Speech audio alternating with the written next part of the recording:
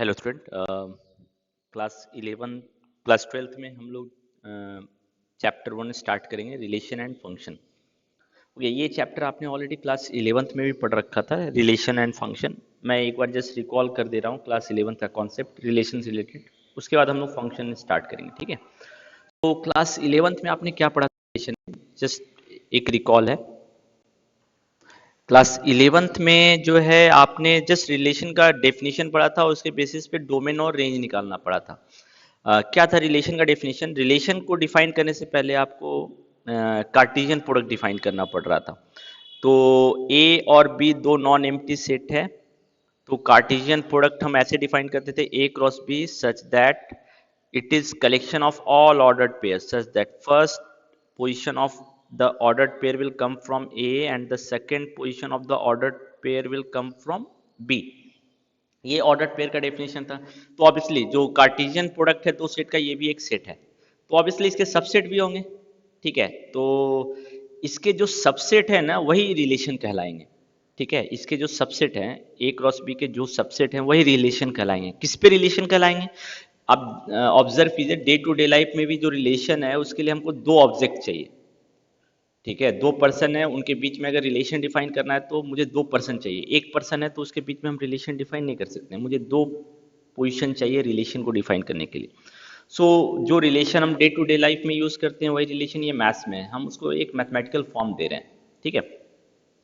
तो ए cross B जो है एक कार्टेशियन प्रोडक्ट है।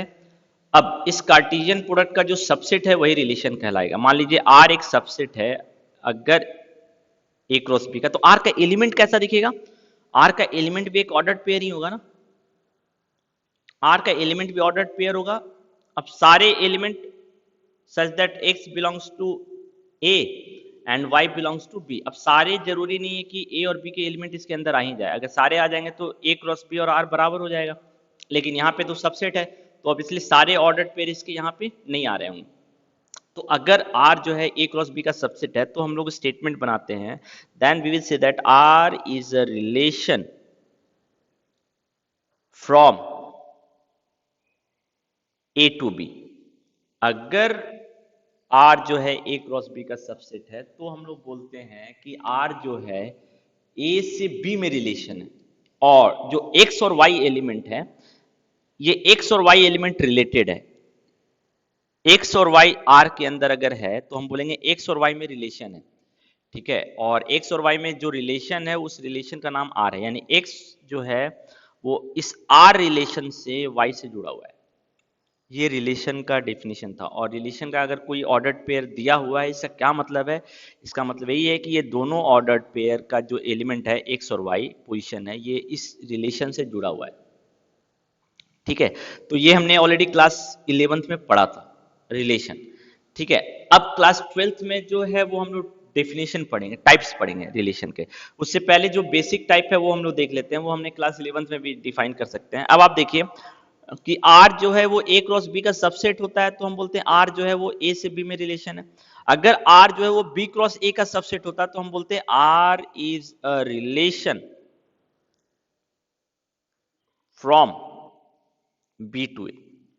अगर R B क्रॉस A का सबसेट होगा तो रिलेशन कहां से होगा? B से A में होगा। और अगर R A क्रॉस B का सबसेट तो रिलेशन कहां से होगा? A से B में होगा।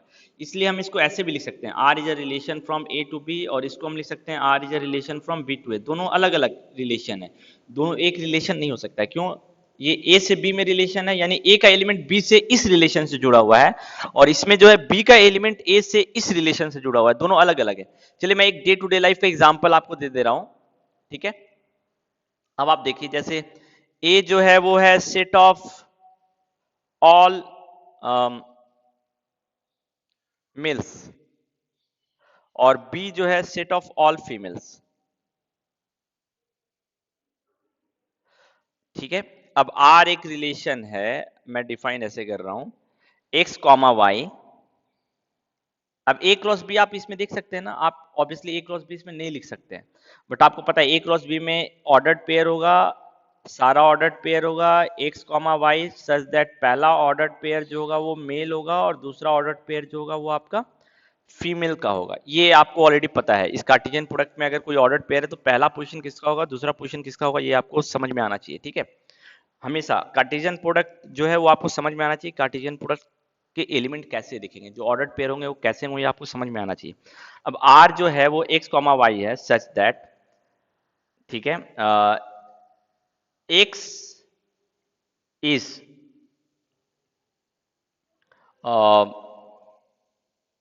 Husband of Y. तो अब आप देखिए आर जो होगा वो ए क्रॉस बी का सबसेट ऑब्वियसली होगा। क्यों, पहला पोजीशन एक्स जो है वो मेल का होगा और दूसरा पोजीशन जो होगा वो फीमेल का होगा। अब अगर कोई element alpha comma beta R के अंदर है तो आपको ऑटोमेटिकली समझ में आएगा कि अल्फा मेल होगा और बीटा जो होगा वो फीमेल होगा, तभी वो आर के अंदर आ रहा है ना। और अल्फा जो होगा, अब यहाँ पे alpha is R related to beta हम बोल सकते हैं। अब यहाँ पे इस रिलेशन का क्या नाम होगा, हस्बैंड। मैं यही बोला था कि इस आर रिलेशन से जुड़ा हुआ है, तो अब ये आर रिलेशन यहाँ पे एक पर्टिकुलर नाम से जाना जा रहा है, हस्बैंड। तो now alpha is husband of beta, हम इसको ऐसे लिख सकते हैं। तो एक यहां से एक चीज और ऑब्जर्व करने वाली चीज हो गई कि हर एक कोई भी जो रिलेशन दिया हुआ है उसमें आपको रिलेशन का नाम पता होगा। आपको पता होगा कि ये एक्स और वाई जो है वो किस रिलेशन से जुड़े हुए होंगे, वो जो है वो डिफाइन की गई होगी आपके रिलेशन में, वो आपको हमेशा समझना है। अगर वो आप नहीं समझेंगे तो फिर टाइप्स ऑफ रिलेशन में फिर आपको दिक्कत होगी, ठीक है। तो ये चीज आप ध्यान रखिएगा। ओके, अब जो बेसिक टाइप्स है रिलेशन का उस पे आते हैं। पहला है एम्प्टी रिलेशन। पहला रिलेशन जो है वो है हमारा एम्प्टी रिलेशन। अब आप देखिए आर जो है अगर ए क्रॉस बी का सबसेट है तो ऑब्वियसली आर जो है रिलेशन है ए से बी में, लेकिन अगर यही आर एम्प्टी सेट हो जाए तो हम बोलेंगे कि R is an empty relation. क्योंकि आपको पता है कि ए क्रॉस बी के सबसेट बहुत सारे हो सकते हैं, तो एम्प्टी सेट भी ए क्रॉस बी का सबसेट है, तो ऑब्वियसली आर जो है वो मेरा एम्प्टी भी हो सकता है। In that case we will say that this R is an empty relation. Okay, इस चीज को आप ध्यान रखिएगा। नेक्स्ट है हमारा यूनिवर्सल रिलेशन। ये कॉमन रिलेशन है, ये हमारा जो अभी सिलेबस का पार्ट है वो नहीं है, बट ये आप हमेशा जान सकते हैं, universal relation. So universal relation क्या है, अब आर देखिए अगर पूरा का पूरा ए क्रॉस बी के बराबर हो गया, then still we can say that R is a subset of A cross B. In that case we will say that R is an universal relation. Okay, so ये दोनों बेसिक रिलेशन है, ये आपको मेरे ख्याल से समझ में आ गया होगा। अब हम लोग जो है क्लास 12th में आते हैं। क्लास 12th में भी हम लोग को टाइप्स ऑफ रिलेशन पढ़ना है, बट अब इसके लिए हमको कुछ पहले कंडीशंस हैं कार्टेशियन प्रोडक्ट पे, वो हमको समझना होगा। टाइप्स ऑफ रिलेशन हमको क्लास 12th में भी पढ़ना है, बट अब इसके लिए हमको पहले कुछ कंडीशन समझने हैं। क्लास 11 से क्लास 12th में क्या चेंज आ रहा होगा। अब क्लास 11th में आप देखिए, क्लास 11th में जो पढ़ा उसमें आर जो था वो ए क्रॉस बी का सबसेट था, यानी कि हमारे पास दो डिफरेंट सेट हो सकते हैं, नहीं भी हो सकते हैं। बट क्लास 12th में क्या है, आर जो होगा वो ए क्रॉस ए का सबसेट होगा, यानी कि दोनों सेट मेरे सेम होंगे क्लास 12th में, ठीक है। दोनों अलग अलग सेट के लिए हम लोग क्लास 12th में नहीं पढ़ेंगे। क्लास 12th में हम जब भी पढ़ेंगे दोनों सेम सेट के लिए पढ़ेंगे। ये एक बहुत बड़ा चेंज है क्लास 11 से 12th में, इस चीज को आप थोड़ा सा ध्यान रखिएगा, ठीक है। ओके, तो ये हमारा चेंज हो गया, यानी कि R is a relation from A to A. हम स्टेटमेंट ये देंगे, R is a relation from A to A. इसी चीज को हम एक और तरीके से बोल सकते हैं, R is a subset of A cross A also. इसी चीज को अब थोड़ा सा, relation from A to A है ना, अब आपको पता है कि ये दोनों सेट मेरे सेम है, आपको पता है ये दोनों सेट मेरे सेम है, तो इसी स्टेटमेंट को हम एक और तरीके से लिख सकते हैं, बहुत कॉमन स्टेटमेंट है, R is a relation in A. अगर इतना भी लिखा हुआ है इसका मतलब है R is a relation from A to A. ये तीनों स्टेटमेंट मेरे सेम है, इस चीज को आप समझिएगा, ठीक है। अब जो हम लोग टाइप्स ऑफ रिलेशन है ना, वो सिर्फ इसी तरह के रिलेशन में डिफाइन कर सकते हैं जब ये दोनों सेट मेरा सेम हो। अगर अलग अलग सेट होगा तो जो हम लोग अभी टाइप्स ऑफ रिलेशन पढ़ने जा रहे हैं वो डिफाइन नहीं कर सकते। ओके, तो आइए अब पहला टाइप पे आते हैं। पहला टाइप है हमारा रिफ्लेक्सिव रिलेशन। ओके, सो रिफ्लेक्सिव रिलेशन क्या है, इसको हम पहले एक एग्जांपल से समझते हैं, ठीक है। रिफ्लेक्सिव रिलेशन कैसा रिलेशन होगा, पहले तो आपको देखना है कि आपका सेट क्या है जिस पे रिलेशन डिफाइन किया गया है। मान लीजिए सेट है मेरा 1 2 3। अब R जो है वो एक रिलेशन है, वो डिफाइन किया गया सपोज 1 1 2 2 3 3 1 2 3 1 है ना, ये मेरा रिलेशन है। तो ऑब्वियसली आर आप देख सकते हैं कि ए क्रॉस ए का सबसेट है ना। आर जो है ए क्रॉस ए का सबसेट है, so we can say that R is a relation from A to A. We can say this R is a relation from A to A, या R is a relation in A, हम ये भी statement दे सकते हैं। अब हमको ये check करना है कि ये अगर टाइप्स ऑफ रिलेशन में है तो ये किस टाइप का रिलेशन है। तो हम लोग सबसे पहला टाइप पढ़ रहे हैं वो रिफ्लेक्सिव है। तो अब हम चेक करते हैं ये रिलेशन मेरा रिफ्लेक्सिव है या नहीं। ठीक है, अगर रिफ्लेक्सिव होगा तो किस कंडीशन पे होगा। तो आपको क्या देखना है रिफ्लेक्सिव रिलेशन में। अब आप देखिए, इसके पहले ये समझ लीजिए कि इसके एलिमेंट जो है आर के, ये है ये है ये है ये है ये है। इसका मतलब 1 और 1 इस रिलेशन से जुड़ा हुआ है, 2 और 2 इस रिलेशन से जुड़ा हुआ है, 3 और 3 इस रिलेशन से जुड़ा हुआ है, 1 और 2 भी इसी रिलेशन से जुड़ा हुआ है, 3 और 1 भी इसी रिलेशन से जुड़ा हुआ है। यानी 1 is R related to 1, 2 is r related to 2, 3 is r related to 3, 1 is r related to 2 and 3 is r related to 1। हम लोग ये लिख सकते हैं। अब अगर ये रिलेशन मेरा रिफ्लेक्सिव है तो ए का हर एक एलिमेंट खुद से रिलेटेड होना चाहिए। ये रिफ्लेक्सिव का डेफिनेशन है। All element of A, all elements of A are related to itself. अगर ऐसा हो रहा है तो हम बोलेंगे जो मेरा रिलेशन है वो रिफ्लेक्सिव है। यानी कि 1 जो है वो खुद से रिलेटेड होना चाहिए, कि 1 1 से रिलेटेड होना चाहिए, यानी 1 1 जो है वो आर के अंदर आना चाहिए। 2 जो है वो खुद से रिलेटेड होना चाहिए, यानी 2 2 आर से रिलेटेड होना चाहिए है, यानी 2 2 आर के अंदर होगा। 3 भी 3 से रिलेटेड होना चाहिए, यानी 3 3 भी आर के अंदर होना चाहिए। ये होना चाहिए। इसके अलावा क्या है वो मेरे लिए इंपॉर्टेंट नहीं है। इसके अलावा अगर कुछ भी है तब भी चलेगा, ठीक है। बट ये तीन, इसके हर एक एलिमेंट, अगर एक भी एलिमेंट मिस हो गया तो हम नहीं बोलेंगे रिफ्लेक्सिव है। इसके अलावा क्या है वो हम नहीं ध्यान देंगे। ये आप जनरली कंफ्यूजन होता है कि ये सब क्या करेगा, ये सब कुछ भी हो उससे मुझे मतलब नहीं है।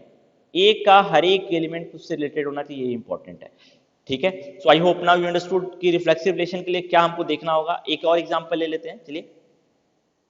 मान लेते हैं कि ए मेरा जो है वो ये है एक्स वाई जेड डब्ल्यू, ठीक है। आर मेरा एक रिलेशन है जिसमें है X comma Y, X comma X, Y comma Y, Z comma Z, X comma W. ये रिलेशन पे आते हैं, ये रिलेशन मेरा रिफ्लेक्सिव है या नहीं, ठीक है। तो अब आप देखिए कि ये रिलेशन मेरा रिफ्लेक्सिव है या नहीं। रिफ्लेक्सिव के लिए क्या मैंने बताया, अभी मैंने आपको बताया कि एवरी एलिमेंट ऑफ ए जहां पे रिलेशन डिफाइंड है, ऑब्वियसली आप देख सकते हैं रिलेशन कहां डिफाइंड है, ए पे, यानी R is a subset of A cross A, हम ये बोल सकते हैं, ठीक है। तो इस ए का हर एक एलिमेंट खुद से रिलेटेड होना चाहिए। किस रिलेशन से, जो रिलेशन आपके क्वेश्चन में दिया हुआ है। आपके क्वेश्चन में कौन सा रिलेशन दिया हुआ है, ये आर रिलेशन दिया हुआ है। तो अब आप देखिए कि यानी कि एक्स ए का एलिमेंट है तो एक्स और एक्स रिलेटेड होना चाहिए इस रिलेशन से। इसका क्या मतलब है, एक्स कॉमा एक्स जो है वो आर के अंदर होना चाहिए। तो एक्स कॉमा एक्स आर के अंदर है, चलिए इसके लिए तो सही है। अब यहां से आप नहीं बोलेंगे, आपको हर एक एलिमेंट के लिए देखना पड़ेगा। इस तरह वाई, तो वाई कॉमा वाई भी आर के अंदर होना चाहिए, है। जेड कॉमा जेड भी आर के अंदर है, डब्ल्यू कॉमा डब्ल्यू भी आर के अंदर होना चाहिए, बट नहीं है। तो हम क्या बोलेंगे, since W comma W does not belongs to R, so this imply that R is not reflexive। I hope you understood कि रिफ्लेक्सिव रिलेशन अगर नहीं है तो हमको क्या करना है, एक एग्जाम्पल देना है जिसके लिए रिफ्लेक्सिव नहीं होगा। तो हमने एक एग्जाम्पल सर्च करके, हो सकता है एक से अधिक एग्जाम्पल हो, हमको उससे मतलब नहीं है, हमको एक ही एग्जाम्पल देना है जहां पे ये गलत हो जा रहा है। सो अब हम लोग डेफिनेशन पे आते हैं, रिफ्लेक्सिव रिलेशन का क्या डेफिनेशन लिखेंगे। Okay, so now we will write the definition of reflexive relation. So definition of reflexive relation. Suppose R is a subset of A cross A. That means what? R is a relation in A. Now we want to show that whether this R is reflexive or not. If it is, then what will be the condition? So this R is reflexive if for all x belongs to a। देखिए यहां पे आ रहा है ना, इस a का हर एक element, ये लाइन इंपॉर्टेंट है, for all x belongs to a, x must belongs to r। इसके हर एक एलिमेंट के लिए ये ट्रू होना चाहिए, अगर है तो हम बोलेंगे ये रिलेशन मेरा रिफ्लेक्सिव है। So now I hope you understood कि रिफ्लेक्सिव रिलेशन के लिए आपको क्या दिखाना है। चलिए अब हम लोग अपने बुक के क्वेश्चन पे, आप देखिए आपके बुक में जो है ये सारा जो क्वेश्चन है टाइप है वो दिया हुआ है। देखिए types of relation, types of relation में पहला है एम्प्टी रिलेशन, हमने ऑलरेडी डिस्कस कर लिया। यूनिवर्सल रिलेशन, उसके एग्जांपल्स यहाँ पे दिए हुए हैं, जस्ट गो थ्रू इट, ठीक है। नेक्स्ट हमारा जो क्लास 12th का जो मेन सिलेबस है वो है रिफ्लेक्सिव रिलेशन। यहाँ पे देखिए दिया हुआ है ना, if A comma A belongs to R for every A belongs to A. देखिए हमेशा ये वर्ड यूज हुआ है फॉर एवरी, इसके इसके नीचे वाले डेफिनेशन में ये सारा वर्ड नहीं यूज हुआ होगा, रिफ्लेक्सिव में ये मस्ट है, ठीक है। ए का हर एक एलिमेंट खुद से रिलेटेड होना चाहिए। तो आई होप कि आपको रिफ्लेक्सिव के डेफिनेशन में क्या इंपॉर्टेंट है वो आपको समझ में आ रहा होगा, ठीक है। अब हम लोग जो है वो एग्जाम्पल पे आते हैं। एक एग्जाम्पल यहाँ पे देखिए दिया हुआ है, T be the set of all triangles in a plane. एक प्लेन में जितने भी ट्रायंगल हैं उनका कलेक्शन है ये टी। अब रिलेशन डिफाइन किया गया आर किस पे, टी पे, यानी कि R is a relation in T. ये लाइन लिखा हुआ है ना, देखिए इसका क्या मतलब है, R is a subset of T cross T. इसका मतलब यही है, यहाँ ए नहीं है यहाँ टी है, ठीक है। नाउ आर, अब आर के अंदर कौन कौन से दो ट्रायंगल का पेयर होगा, T1 एंड T2। दो ट्रायंगल कब रिलेटेड होंगे, देखिए यहाँ T1 और T2 के बीच में अगर कॉन्ग्रुएंसी का रिलेशन है, यहाँ पे देखिए इस R का जो नाम है वो क्या है, congruency.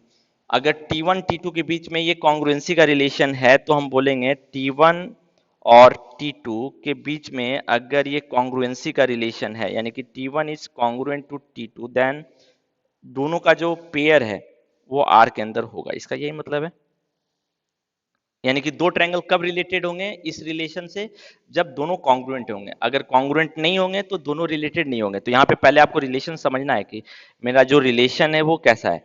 So I hope you understood कि दो ट्रायंगल कब रिलेटेड होंगे, ये आपको समझ में आ गया होगा। तो दो ट्रायंगल तभी रिलेटेड होंगे जब दोनों के बीच में कॉन्ग्रुएंसी हो, यानी कि यहाँ पे रिलेशन का नाम क्या है, कॉन्ग्रुएंसी। अब हमको शो करना है ये रिलेशन मेरा रिफ्लेक्सिव है या नहीं। यहाँ पे कुछ और लिखा हुआ है, हमको इससे मतलब नहीं है।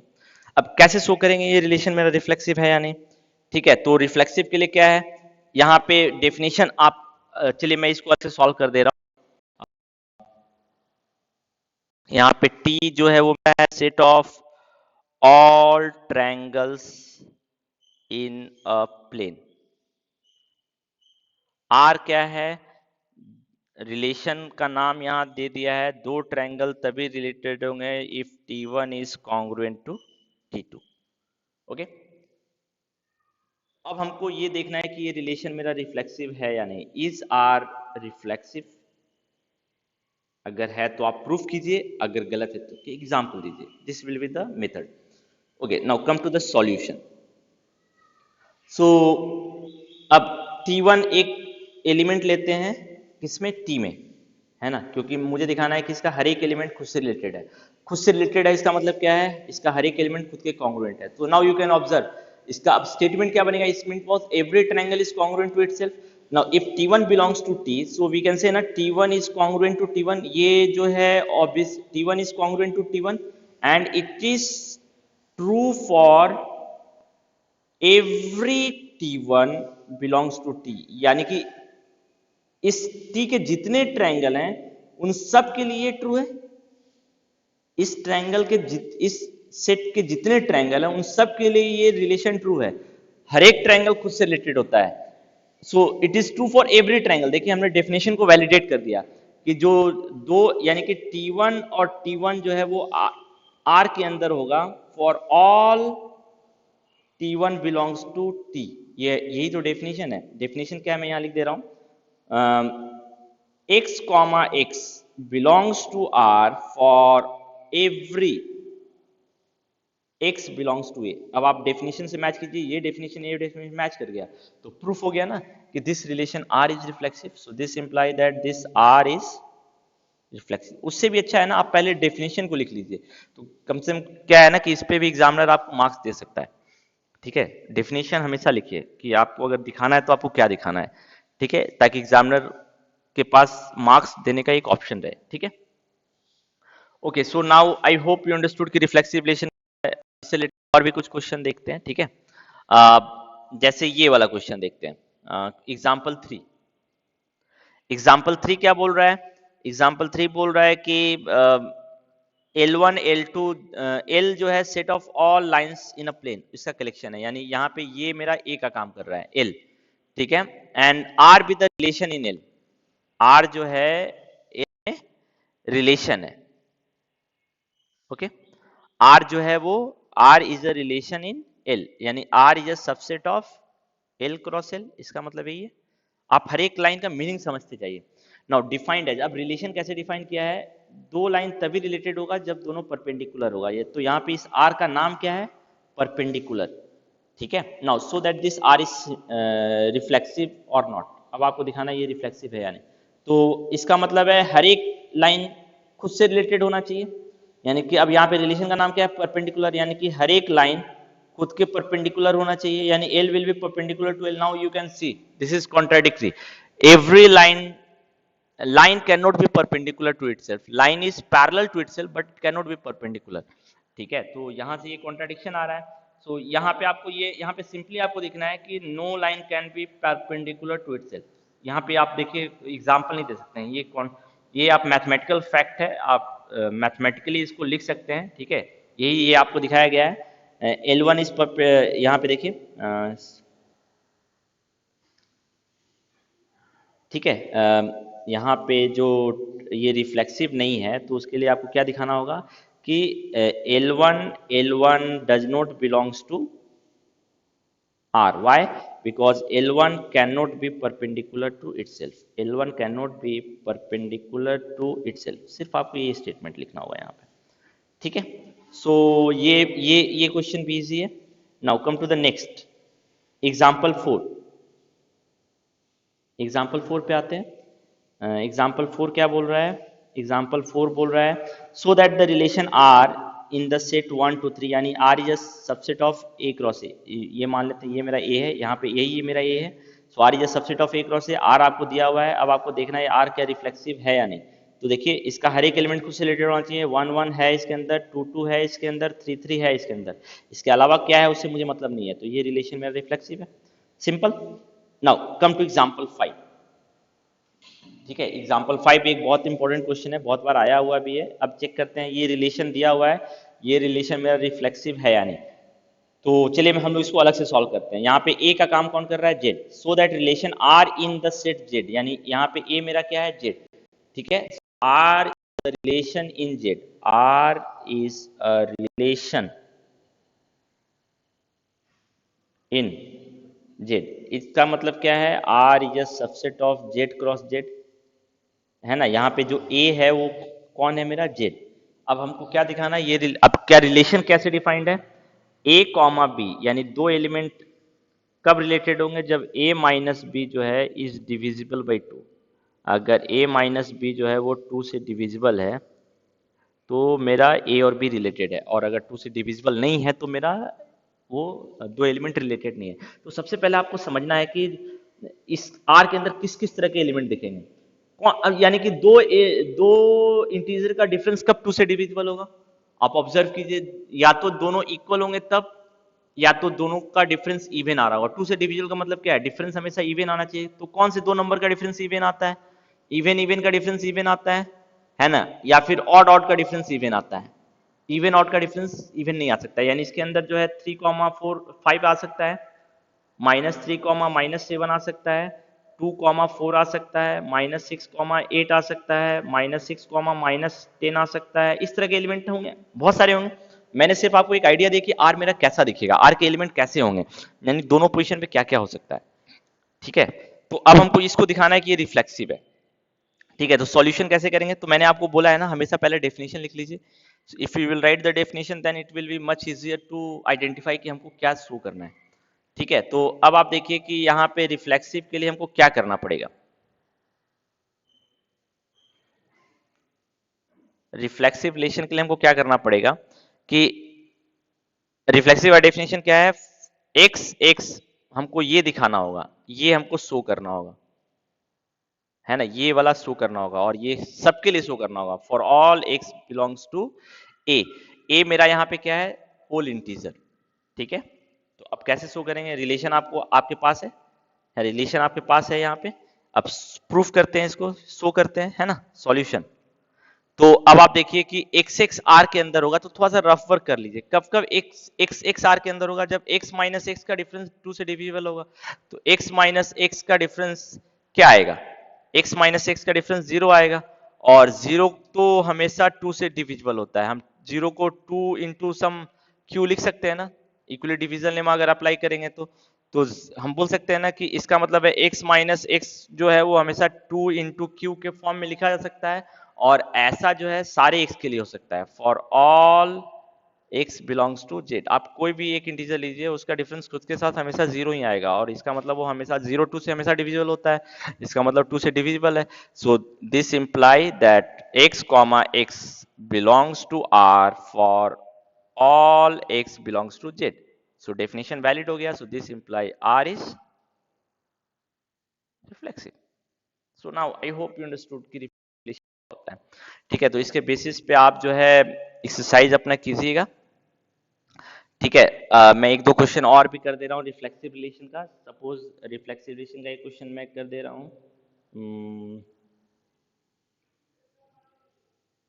सपोज ये 5 number, check whether the relation is reflexive है या नहीं है। तो a is less than equal to b, यानी कि ऐसा हर एक एलिमेंट के लिए होना चाहिए, यानी हर एक एलिमेंट खुद से रिलेटेड होना चाहिए। और रिलेशन क्या है, दो ए बी जो है वो आर के अंदर कब आएगा, जब a जो है वो लेस देन और इक्वल टू बी क्यूब होगा, है ना। और यहाँ पे a आपका क्या है, a पूरा का पूरा रियल नंबर है, चेक कर लीजिए, वो बोल्ड आ रहा है ना। सो अब दो एलिमेंट कब रिलेटेड होगा, जब पहला पोजीशन पे जो एलिमेंट है वो छोटा होगा या बराबर होगा दूसरे पोजीशन के एलिमेंट के क्यूब के। तो अब आप देखिए कि क्या हर एक रियल नंबर खुद से रिलेटेड है। अगर आप चेक करेंगे, जस्ट मिनट,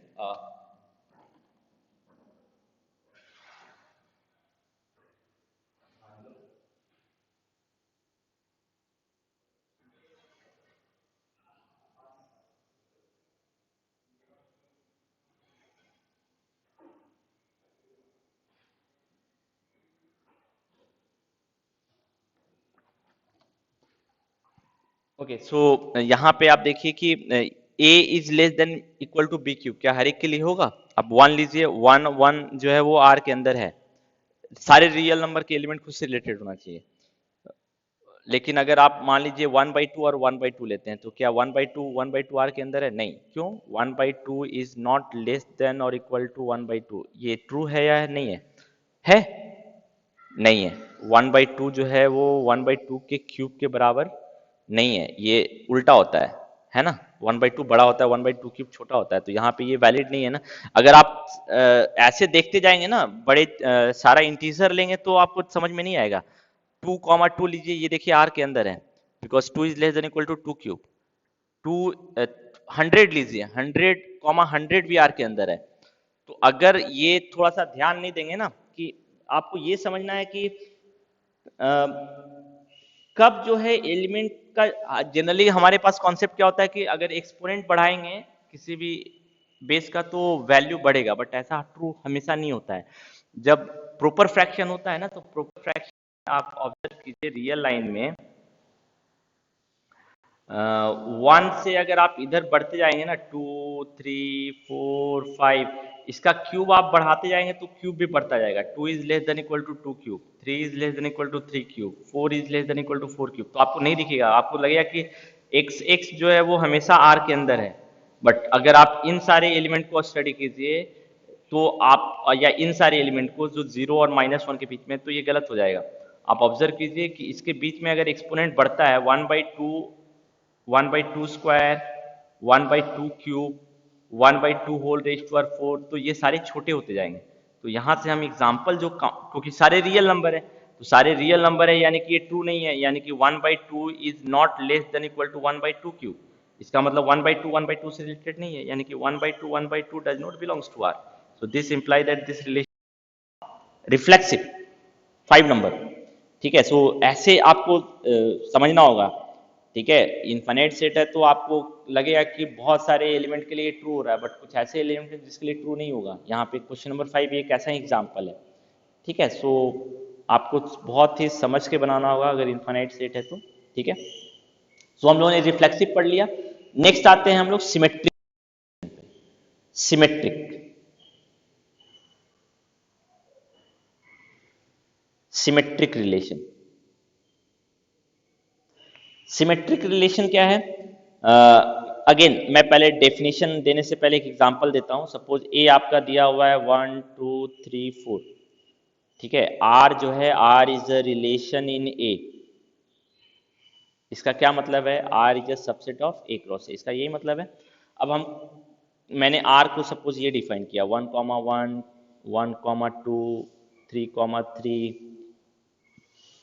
2,1 3,4 4,3।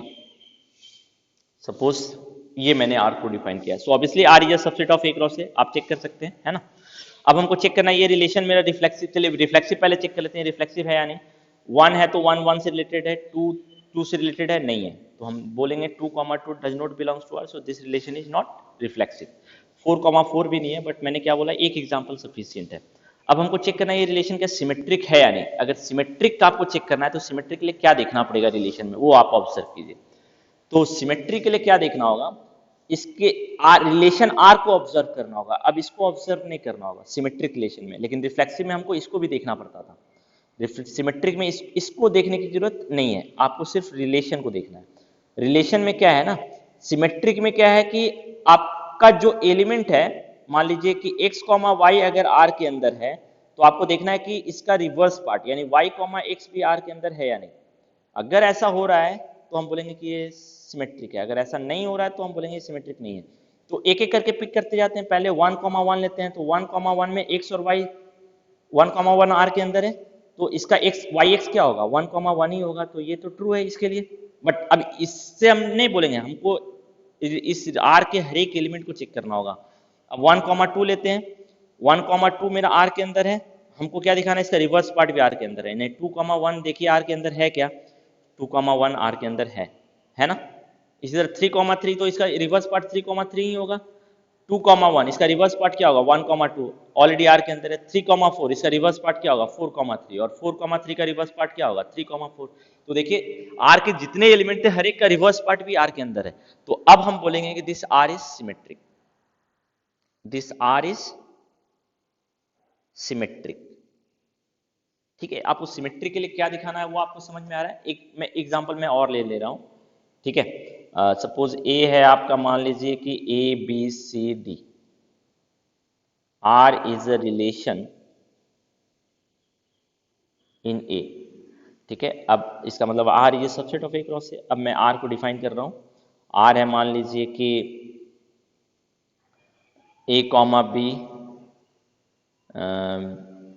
ए कॉमा सी, बी कॉमा ए कॉमा ए, डी कॉमा डी, ये है मेरा रिलेशन मान लीजिए। ठीक है, अब हमको चेक करना है कि ये रिलेशन मेरा सिमेट्रिक है या नहीं। तो सिमेट्रिक के लिए क्या मैंने बोला, अगर x कॉमा वाई आर के अंदर है तो आपको दिखाना है कि y कॉमा एक्स भी आर के अंदर होगा। तो ये मेरा x कॉमा वाई है, तो इसका रिवर्स पार्ट भी आर के अंदर होना चाहिए, यानी इसका रिवर्स पार्ट क्या होगा, b कॉमा ए, तो b कॉमा ए है आर के अंदर।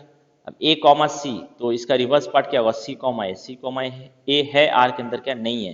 तो हम बोलेंगे ये रिलेशन मेरा सिमेट्रिक नहीं है। यानी कि अब आपको एक एग्जांपल देना है, ये सिमेट्रिक नहीं है तो आप क्या बोलेंगे, a कॉमा सी आर के अंदर है, बट c कॉमा ए जो हमको चाहिए था वो आर के अंदर नहीं है। So this imply that this R is not symmetric. I hope कि अगर सिमेट्रिक है तो आपको क्या देखना है, सिमेट्रिक नहीं है तो आपको क्या लिखना है, आपको समझ में आ गया। ओके, अब इसके बेसिस पे जो है हम लोग कुछ बुक की एक्सरसाइज को करते हैं। ठीक है,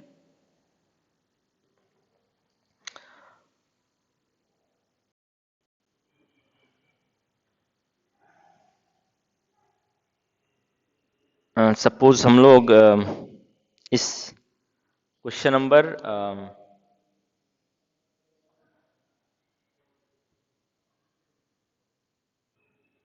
13 को करते हैं, ठीक है, 13 नंबर, ठीक है। So that the relation R defined on the set of all polygons, ठीक है, आर डिफाइंड किस पे है, सेट ऑफ ऑल पॉलीगन्स पे, यानी कि R is a subset of A cross A. अब आर कैसे डिफाइंड है, आर डिफाइंड है P1 comma P2 such that P1 and P2 have same number of side. So P1 और P2 polygon है, और दोनों कब रिलेटेड होगा, जब दोनों के नंबर ऑफ साइड सेम होंगे। तो हमको ये देखना है ये रिफ्लेक्सिव है या नहीं, सिमेट्रिक है या नहीं, ठीक है।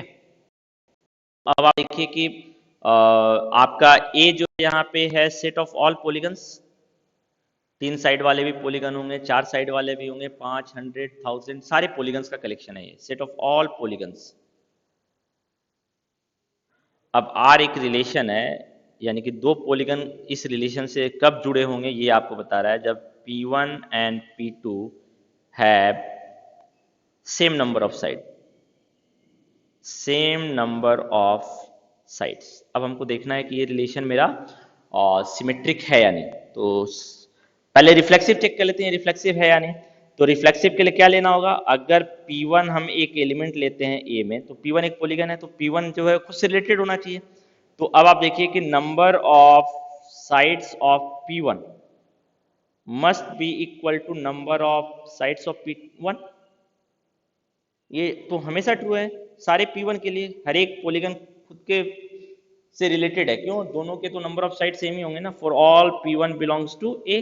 So this implies that P1 belongs to R for all P1 belongs to A. So this imply R is reflexive। अब सिमेट्रिक पे आते हैं, सिमेट्रिक है या नहीं। सो अब सिमेट्रिक में आपको क्या डेफिनेशन, मैं पहले बता दे रहा हूं, सिमेट्रिक का डेफिनेशन क्या लिखेंगे, सिमेट्रिक रिलेशन का डेफिनेशन क्या लिखेंगे, ठीक है। सिमेट्रिक रिलेशन का मैंने डेफिनेशन नहीं बताया था आपको।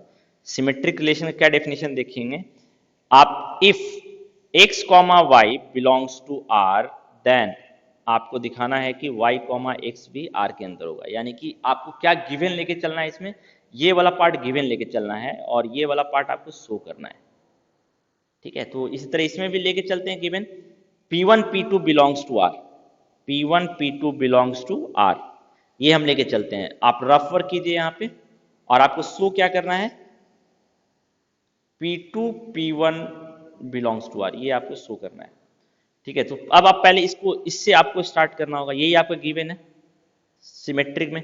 अब P1 P2 belongs to are, इसका मतलब क्या है, number of sides of P1 is equal to number of sides of P2। अब ये अगर आपको आर के अंदर दिखाना है, इसका मतलब क्या दिखाना है, number of side of P2 equal to number of side of P1। तो हम इसको रिवर्स कर सकते हैं ना, number of sides of P2 is equal to number of sides of P1 हम तो लिख सकते हैं ना। तो इससे क्या पता चल रहा है कि P2 P1 जो है वो भी R के अंदर होगा। सो प्रूफ हो गया कि आपने P1 P2 R के अंदर लेके चला था, आपने दिखा दिया P2 P1 भी R के अंदर है। So this imply about R is symmetric. तो आपको समझ में आ गया होगा कि हमको सिमेट्रिक के लिए क्या दिखाना है। आपको हमेशा एक गिवन लेके चलना है XY, और दिखाना है कि YX भी R के अंदर है। और अगर नहीं है तो आपको दिखाना है कि XY R के अंदर है बट इसका YX जो है वो R के अंदर नहीं है, तो प्रूफ हो जाएगा कि वो सिमेट्रिक नहीं है, ठीक है। तो आज के लिए पहले इतना रहने देते हैं, इसके बेसिस पे आप अपना फर्स्ट एक्सरसाइज में रिफ्लेक्ट